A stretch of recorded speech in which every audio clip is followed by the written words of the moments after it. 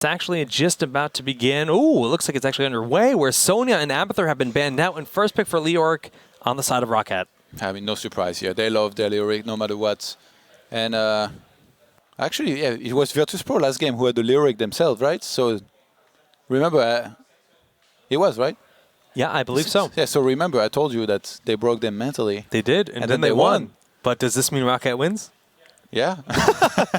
Based on that logic, at least. Virtus.pro didn't learn. Like, you just pick Leoric, you steal it away from ROCCAT, and then you win.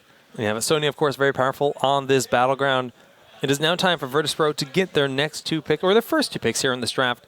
Uther, Zeratul. You know, Zeratul paid off in that game. So many of those Void Prisons, I mean, I got to give credit. You know, I was a little worried with them picking Zeratul again because of how well they shut it down in game one. But Void Prison allowed Tranquility to do a lot of the healing that it did. And that was crucial for their team fights. Actually, those Void Prison were a little bit weird, I thought, because usually you isolate one or two guys. Yeah. And then you try to kill the rest of the team in the meantime. But now, yeah, they were using it more as what you mentioned, where like mid-fight, after everybody had taken a little bit of damage, a bunch of the opponent's heroes were isolated, sometimes trapped with some of his teammates' hero here, in this case for Zeratul, while the Tranquility went off. So Jaina and Zeratul, two of the absolute best heroes here that you can pick up early on in a draft like this, are going to be drafted here by Virtus.pro and ROCCAT. I have to be critical, though. When they played Zeratul in Game 1, one of the things that really shut down Zeratul was Kael'thas with Gravity Lapse. And opting to go for Jaina over Kael'thas in the situation where they could have just picked up Zeratul and Kael'thas, which I think worked brilliantly for them in that last game, that might be a mistake. Oh, it was a Tassadar, I think, as well. I mean, it was a combination of things, but Tassadar is just revealing them. And then the lockdown of Gravity Lapse followed by the Stormbolt is what really sealed the deal. So now ROCCAT going to go for Uther. Great for shutting down some of that aggressive play. Also has a stun. Johanna, potentially. With Sonya already being banned, they could play, you know, the entire warrior meta draft mind game thing where they ban another warrior down the line here in this draft. And if they pick Johanna here, in a lot of ways, you put the threat of Asmodee on the table as well. Asmodee, you know, Globe of Annihilation stacked with Taste for Blood at level 1. It's one of the maps, actually, where you can do that. But ROCCAT, though, I don't really see them. You never know. This is when you bust out new strategies. If you're not known for it, that's the perfect time to bust it out. Yeah. I wonder who would play as Asmodee actually on ROCCAT. I'm not sure if they have anybody. I know that a while back, like when I first started playing on the alpha, it was Socket that was playing it. Like he just seemed like he just loved to kind of sit on the lane. In this case, you know, Blackout Bay in bottom lane, and just never leave the lane and push all the way to the core. So that's what I don't know if that's convincing enough to try an Asmodee here against Virtus.pro, especially when he's the warrior player for ROCCAT now. All right, well, we'll see how they want to approach this. We're going into that next pick here. ROCCAT's really thinking about it before we get into the second bans, and they do, in fact, go for Johanna. Yeah, definitely a very good pick here. Two very strong warriors. Are they scared of Asmodee, though? That's the question here, Todd. I don't think so. I don't think against ROCCAT you can be scared of Asmodee. Okay. And I think ROCCAT, even if it wasn't banned here, they won't pick it. That's why I don't think you should ban it. I mean, that makes perfect sense. All right, so Virtus.pro, they have to consider the other options on the table. Kael'thas is one of those big heroes that does shut down a lot of the aggression. Will ban out Kael'thas here. Yeah, good ban. If ROCCAT had gotten their hand on Kael'thas, I would have loved their draft here already with the four heroes that they would have. But now it's for them to go for a ban. Do they ban something like maybe an Anubarak? Oh, Arthas. Yeah, okay, yeah, they're just limiting that warrior pool, going to force them into something like Murid, Tyrael, or not Johanna, excuse me, Anubarak. They could pick up two of those if they wanted to go for it, but they do need to secure a healer, I think. And I would like Karazim at this point. Yeah, against Leoric, Johanna in the front line, you think? Because if they try to go for a triple warrior composition, that's a great time to bust out Divine Palm, or excuse me, Seven-Sided Strike for that big burst damage. Divine Palm also very strong in a lot of situations as well. I wonder if ROCCAT close out their draft with double damage dealer, you know, ranged assassin, something like maybe a Zagara and a Nazeebo maybe, or even a Rainer in there. Yeah. The Vala also is going to be available. So there's quite a few to pick from. Rainer's actually seen a lot of play in this tournament too. Yeah. They can also go for a triple warrior if they wanted to. If there is any left, that is. Yep. Well, there's the Muradin. So this is also another win, right? Muradin, another one of those heroes where Stormbolt can really find a stray Zeratul and pick him off. Yeah, they have Leoric and Johanna for pulling him in, but I feel like Muradin's a little bit scarier to deal with that Zeratul. A stray Zeratul. I like this. He's on the loose. You never know, man. That's what Zeratul do. They slip away, they go into the shadows, and they find you in the alleyway. Virtus.pro actually could steal one of the ranged assassin here that ROCCAT might be thinking about. Because they don't need to go for a healer now. Yeah, I would like that pickup. You know, Like a Vala, yep, Nazebo. Yep, I think both those make a lot of sense. Sergeant Hammer. But on this map. Yeah, I mean, we used to call it Hammershire back in the day. They go for Raynor. They're worried about the multi-warrior composition, and the power of Raynor for shutting that down is quite strong. Also, it's a big win that they have Muradin, right? Reverberation cannot affect his auto attacks. Just going a full AA build is the way to approach this for Raynor. Is it time for a new Barak Sergeant Hammer here? It's entirely It's the possible, dream, man. and I would be ecstatic. That is the dream. Hover siege modes, Nexus Frenzy, game over. Man. Oh, man. GG. Level 20, yeah, it's just lights out. But, you know, Raynor does have that power, too. I'm actually quite curious if Raynor's going to go for Seasoned Marksman or Give Me More at level 1, because you can soak the bottom and middle lane minions for Seasoned Marksman for all that bonus damage. Yeah, it's going to be the Vala here for ROCCAT as a first damage dealer. Yeah, their first damage dealer this late in the draft, having the double warrior. They could still go triple warrior if they're feeling confident for that style. An almost unkillable composition is definitely a great way to approach Dragonshire when it comes to all the rotating that does happen here on this battleground. Actually, they go for a Kerrigan. Goodness. Okay, well, Kerrigan paired with Johanna, that's scary enough as it is, but you just throw all those other heroes in the mix, the stun from Uther. Do you think she's going to roam? Yeah. Or are they going to do... Yeah, but I mean, like, are they going to do rotations between mid and bottom, or is she going to be roaming between, also going top, and with who then? Well, this is definitely going to force Give Me More and Raynor. I think Uther Kerrigan potentially roaming together could be really strong. Yeah. You put Lyric top, Vala mid, and then Johanna bot. I like that. For example. Yep. And then Karazim gets picked up here from Virtus.pro, so... I think that's a very smart pickup. Divine Palm to shut down a lot of that aggression. I mean, as soon as you see the Kerrigan combo begin, you can predict that that's going to be the killing blow. With throw down Divine Palm can really turn around fights. It's very similar to Ancestral Heal, of course, just the way it can bring that hero back into the battle. Yeah, it's really cool actually. That ultimate's very challenging. You fail many times and then you succeed one time and you feel happy about yourself. We've seen so much bad usage in early days of Karazim with Divine Palm, but now it's just gotten so much more refined. I mean, in this tournament in general, Divine Palm has really turned around a lot of fights for whoever was wielding that hero. So looking at the draft here, who do you like a little bit better? I gotta say I like ROCCAT. Every time I see Kerrigan Johanna on Dragonshire, it's just the amount of pressure you can apply in the early game is insane. Like, they definitely have the stronger early game composition. Sure, Raynor and Jaina are quite powerful heroes in the early game in their own right, but just the combo, the lockdown they have, if Jaina is anywhere out of step, she's going to get blown up so quickly. It seemed like even Zeratul, like if he's out of position just for 1 second, Johanna can use Blessed Shield, there's going to be Uther with a stun, Kerrigan can stun him as well, so he's going to have to be really careful.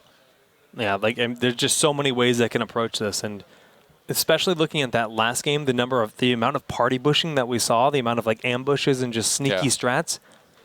This is a situation where if you collide in that situation, I think ROCCAT's going to have the better end. Against 4 melee heroes here, Virtus.pro, if they go for a Void Prison that catches a lot of people and then go for Ring of Frost, surely, though, they're going to get a great engage, potentially with an Hyperion as well in there. Yeah, that's a scary combo. I think that's actually going to be the winning condition post-10, right? They're going to have to hit those big plays. And if they do hit it, it is going to be a disgustingly strong combo out of Virtus.pro. A Kerrigan with Divine Shield, though, it's a very scary thought as well. Jumping potentially on Raynor, trying to take him out.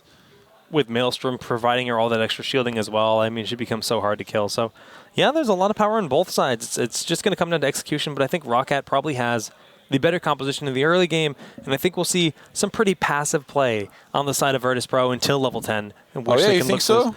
You know what? That's a huge risk to say this. The one time that they picked a composition where they thought you had to play passive was when they played, I think, MVP Black in the Intel Extreme Masters. Oh, yeah? And then they didn't play passive, and they got wrecked really hard. I mean, I think it's the right call, though. I really do. When you consider the composition on the side of ROCCAT, it's just so... There's so much potential for lockdown. And they don't have the discipline to play passive. It's in their blood, Maybe man, not, man. They just got to go hammer, go home. Yeah. That's how it is. That's the only one way you play Heroes of the Storm here for these guys. You attack, and you fight. Well, Dragonshire will be the third and final game of this best-of-3 series. The team that wins here will move on to the single elimination portion of the tournament, in which it all becomes best-of-5 series. And it looks like we're going to be loading up here for game number 3. Let's hop on into the action.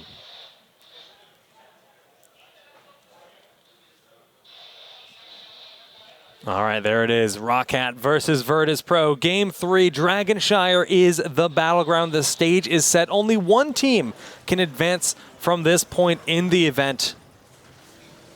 Both the compositions very strong. We talked about the incredibly powerful lockdown early game that exists here on the side of ROCCAT, which will be the blue team. And the red team, Virtus.pro, they've got the crazy wombo potential when it comes to level 10. Vada went for Siphoning Arrow here on level 1. I don't think it's too surprising to see this siphoning impact on the Kerrigan. Yeah, that's starting to, pick up. Kerrigan builds in general are starting to differentiate a lot based on the player. Maybe a little bit like Zeratul.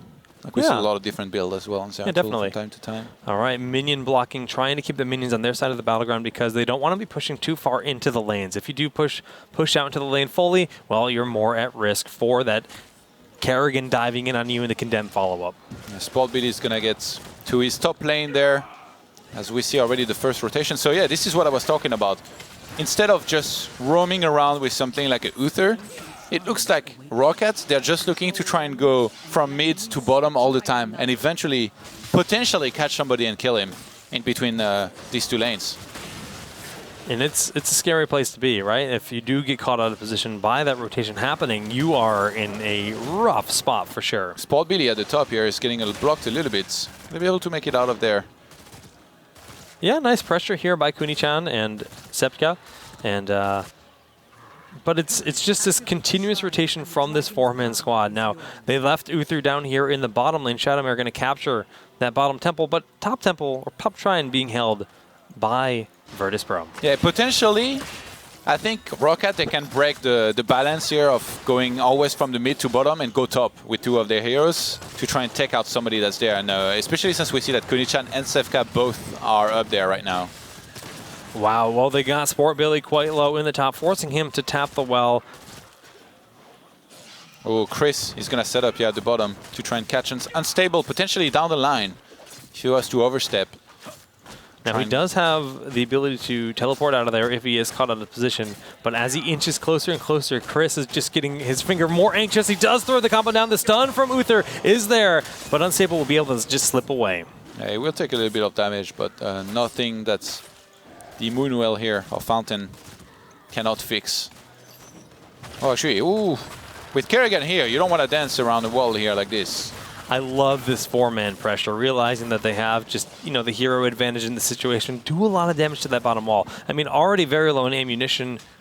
Just great aggressive play for this early game. Spot Billy at the top here. He's going to have to pull out of there. Zeratul and Raynor is a funny combo here at the top, really making Spot Billy's life really difficult. Yeah, it's they're just constantly, forcing out a lot of damage. He already tapped the well, going to be a cooldown for a little bit longer. The thing is, it's one more hero that's going to be missing in middle or bottom here. So if eventually, if ROCCAT can catch somebody here with the Kerrigan and land a combo, he's going to be in real danger here for whoever gets caught.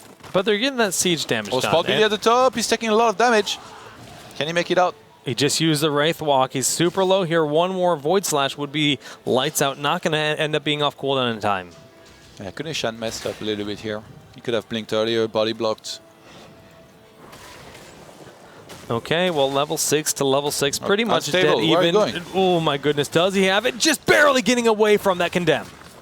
That was close. And in this case, the tower is going down here at the bottom. ROCCAT looking to try and gain some experience lead here by killing this wall plus towers. But they're not soaking in middle. A lot of minions. Yeah. Are going to die before they get there here. A lot of minions were lost here on the side of ROCCAT, and almost none were missed. I mean, we saw that Monk left, but the wave wasn't there yet. I think they might have missed one minion at top, which is why you see the experience being so even though these two towers are down. I like that ROCCAT went for a camp here, though. Easy camp to try and push this. Usually, pre-Dragon Knight, you don't really do this, but they knew that the bottom shrine wasn't going to be captured here anytime soon. So they took the risk. But Virtus.pro now with a 5-man rotation around the bottom. That was way too aggressive from Zeratul. Immediately gets revealed by that shield glare and then pulled in a double pull from the Kerrigan combo. And now they're going to continue to push on forward, looking for another Ravage Primal Grasp. If they go for it, no. This could mean a Dragon Knight here for ROCCAT. Getting a kill like this when there was such a massive commitment with 5 heroes at the bottom here from Virtus.pro, surely it's going to mean a Dragon Knight. Raynor just a little bit too far away. Early Dragon immediately marching to the top portion of the battleground while they continue having a 3-man push here in the bottom. Going straight to the top actually here, ROCCAT with the Dragon Knight. Yeah, just take out the towers, right? Get level 10 first, gives you that big timing window. They already have nearly a full level advantage this early in the game. The mid towers were already out of ammo, so I guess he figures the rest of his team will be able to take that eventually. Nobody's soaking there right now for ROCCAT. And that might be a bit of a misplay. I would have to say that just because you want to get level. It's all about maximizing your experience lead right now and getting that level 10 timing window. Because level 10, I really do think the wombo potential is quite scary. That's when things are going to really shine for Virtus.pro. Yeah, ROCCAT with some really nice experience lead here. The Dragon Knight did quite a bit actually. Forced again Kunichan and Sefka to stay at the top for a very long time. Yeah, and it got just about its full duration. Really only took out the one tower, but during that time, bottom well did fall. Middle towers have gone down, and level 10 is so very close here for ROCCAT. Yeah, so on Kerrigan, the talents actually, it's been siphoning impact on level 1, clean kill on level 4, and adaptation on level 7 here so that she can jump to her allies. The full Ravage build, this full just diving all over the place build here for Kerrigan. I love this style, I really do, and it makes her just incredibly mobile and gives her a lot of different options. Level 10 here is going to be reached in a second by ROCCAT much earlier than Virtus.pro. I mean, we've seen them in the previous game play a fantastic game early on, but then as long as Virtus.pro can hang in there, they're always going to be in the running for a potential victory in any kind of game like this. Unstable. He's very confident in his Karazim here to hang around like this so far out on the map. We actually have Strafe here selected. Yeah, I'm actually thinking about the Wombo synergy that exists here on the side of ROCCAT now that we see all these heroics picked up. And if you can manage to get that big Kerrigan combo with the Maelstrom hitting everything, the Blessed Shield to maybe start it all, and then you follow that with a March of the Black King hitting 2 to 3 members, it is going to be disgustingly powerful. Yeah, but all alike though. If the Void Prison hits properly, and actually it's not going to be a Ring of Frost. It's Water Elemental here for Jaina. Interesting. You know, maybe he forgot. Maybe. And they do go for the 7-sided strike on Karazim. So they're looking for the blow up. They're looking for the damage in these fights. Confident in just having Echo of Heaven, a Circle of Life at level 16 for the sustain on that team. Kunichan is doing a fantastic job of spotting where ROCCAT is at all times, by the way. Really staying between those lanes. The war for information here is real. It really is. Just always scouting. 4 members, Hasuab, Shadowmare, Chris, and Sake defending the bottom lane. Their Giant's about to poke on out. They're expecting this ambush here in the bottom. Leoric on the other side of the map right now will be able to capture that try. And immediately Karazim gets blown up. Yeah, and since he didn't have Divine Palm, even if somehow he hadn't been stunned for the whole time, he wouldn't have been able to survive here no matter what. And now that's going to mean that they have to eject. They can't stick around here. Virtus.pro, they're going to go straight to the middle to try and soak some experience. Maybe go to the top here. Now, Zeratul, he's en route, but Leoric was trying to stall him out. Bolt blinking over the wall, will be able to deny the Dragon Knight just barely. And a Strafe here used rather preemptively in this fight by Hasuabs. Yeah, it's not the longest cooldown, so won't actually take super long to come back, but definitely a little bit wasted, especially when BKB almost always was going to get out there. Kerrigan gets bursted down, but Divine Shield is used on time. And just ravages on into the fight with Maelstrom. A beautiful March of the Black King. Andy Lendy's going to go down unstable, incredibly low Skeletal Swing, slowing him. The peels are there from BKB, and they're paying off. Sport Billy is super low himself, but Unstable has to leave Dwarf Tossing on out, not able to get the takedown. Yeah, Unstable here, kicking the hell out of this Leoric for a second. Gonna have to pull back because with 2 deads, means that Virtus.pro is going to be once again here in trouble. ROCCAT, they have such a good early game. Well, they're trying to pick up a dragon. Zeratul sitting on the bottom shrine is going to be very close. Sport Billy not able to channel it in time. Zeratul just keeping that dragon at bay. Unstable, you need to be careful, mate. Yeah, it's a really tense moment right now, but there is more than a level lead in favor of ROCCAT, looking so strong in Game 3. Yeah, with those level 13 talents coming in here, I think ROCCAT's going to want to look to transform that into a Dragon Knight here. Potentially, Shrink Ray was selected on Uther. Spell Shield on Vala. Doesn't want to have to bother too much with the Jaina and Zeratul. Oh, Blessed Shield thrown out here to start this fight. Unstable is super low. Does he have the blink out? Just getting on out of there. And the Dragon Knight once again being stalled out here, this time by Sebka playing Raynor. And lingering Essence here on the Kerrigan as well for even more shields. Extravaganza. Shields Extravaganza. I like it, Todd. Oh, look at this rotation here at the bottom. If they could catch anybody. BKB, even though he's got Dwarf Toss. Yeah, they're just past that. Just going to dwarf his way out of there. Ooh, but if they can find someone out of position, I mean, Kunichan is always lurking in the shadows. The Stray Zeratul trying to deny this. Dragon Knight being fought over here. I don't know if Sebka can win this. He, of course, has Give Me More, getting a lot of heals, but he's just doing no damage to Sake. One-on-one with Johanna is almost never a good idea. And Soccer, he bought enough time here for Spot BD to get that Dragon Knight. Yeah, and that's a big deal. So they pick up the Dragon, they have a 2-level advantage, and now they can try to knock at the door of these forts. Eliminating a fort is going to propel them so close to level 16, and Shadowmare needs to be a little bit careful as he steps pretty far forward. Yeah, ROCCAT, it seems like they really want to not make any kind of mistake here in this game. Like, there was a few ones in the previous game, even though they did have a good start, they really let Virtus.pro hang in there. But this time around, it's 5 kills to 0, and they just want to crush them, not give them a single chance. That's their plan here. Yeah, I'm just so impressed with ROCCAT's play right now. Everything about it is just clean and consistent. They're not getting over aggressive. They're just taking the clean fights every time. And a beautiful Primal Grasp pulling them in. 2 heroes will be blown up, and I can just hear ROCCAT screaming. Yeah, I heard a huge yeah from here as they press forward here. That wall's going to go down very quickly. Those timers are not that long just yet because it's only level 12. 12 to 16, oh a 2 talent tier advantage for a very short period of time. A massive lead here on ROCCAT. The most convincing lead we've seen so far in this series. Virtus.pro, usually they're on the other end here of that deal. They're the ones that are that many levels ahead. But right now, ROCCAT, they are playing some of the most fantastic heroes that they've ever played, I think. Yeah, it just... Kerrigan has been landing some of the most beautiful combos in this matchup. Got to give so much credit there to Chris, and they're looking for another party bush. Now, Virtus.pro, they're well aware this is a potential, playing a little bit passive, going through the middle, and oh no, they're rotating up, looking for that combo.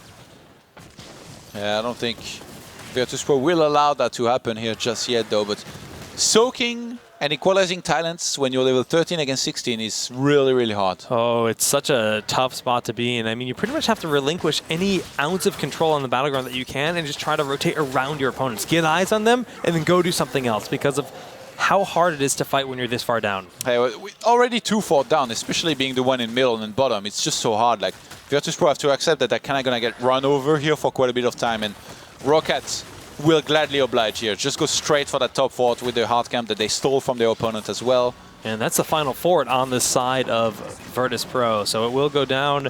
Battlecruiser being thrown out, trying to just give a little bit of experience. I mean, any small XP that you can get is great, but they realize that he's not there and they push in towards this middle keep. Yeah, I think they realize, I mean, level 17 against 14, you can try and force a fight even in the opponent's base here, potentially with a keep and a tower shooting. Obviously, they shouldn't go too crazy either, but ROCCAT land another combo yet again. Wow, and that's going to be a very quick blow-up of Sebka, who cannot stay alive, unstable, using the 7-set strike to try to sustain through this, but that strafe in the back is just tearing through Virtus.pro. The middle keep will go down, a beautiful combo. Kunichan not going to be able to get the takedown there. We do see Sport Billy just barely slipping away, as well as Chris. Yeah, Chris took so much damage, but his team peeled for him here just right on time so that he could get out, so it's just 2 kills for none. Uh-oh. That bottom... Kunichan looks like he's going to find Sport Billy, who is all alone on this bottom temple. No, he's not feeling confident enough to dive in there. That's an easy kill for him, and it's something they desperately need right now. Yeah, he didn't know who's in there, so didn't want to quite risk it just yet. Kerrigan gets the Dragon Knight. Chris is going to be in the Dragon Knight, and that middle keep is already so low. Oh, it's already dead. He just doesn't know it yet.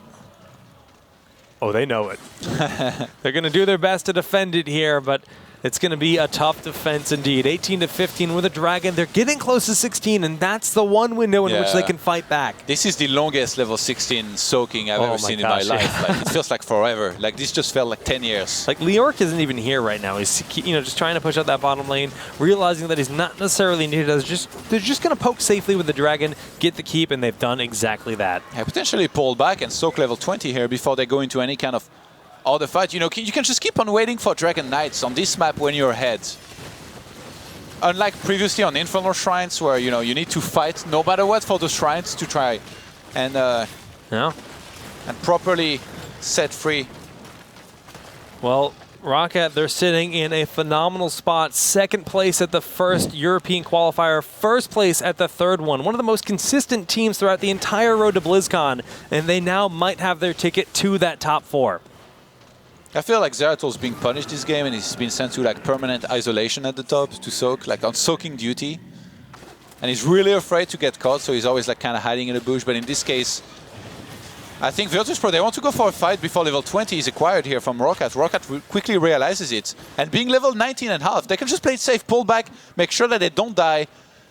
And they're going to do just that. Yeah, Virtus.pro actually ended up spending Water Elemental, and that's like one of the last things you want to have happen. Yeah. Wasting a heroic when you're down 3 levels, it just weakens you even further. This is an easy level 20 here on the side of ROCCAT. Virtus.pro have been waiting for this moment like forever. They get level 16 and then ROCCAT say, you know what, we're just going to wait for 20 now. Sorry, try and soak that next. They just pull back.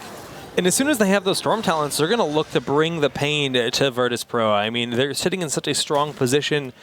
Why not take advantage of it? Yeah, Executioner was picked as well in level 16 here on the Rainer, looking to try and turn this around somehow with a fantastic fight. They're going to need nothing else than that here. A perfect fight. And Virtus.pro. That makes Rainer definitely a much more formidable threat here in these fights, but I don't know if it's enough, Todd.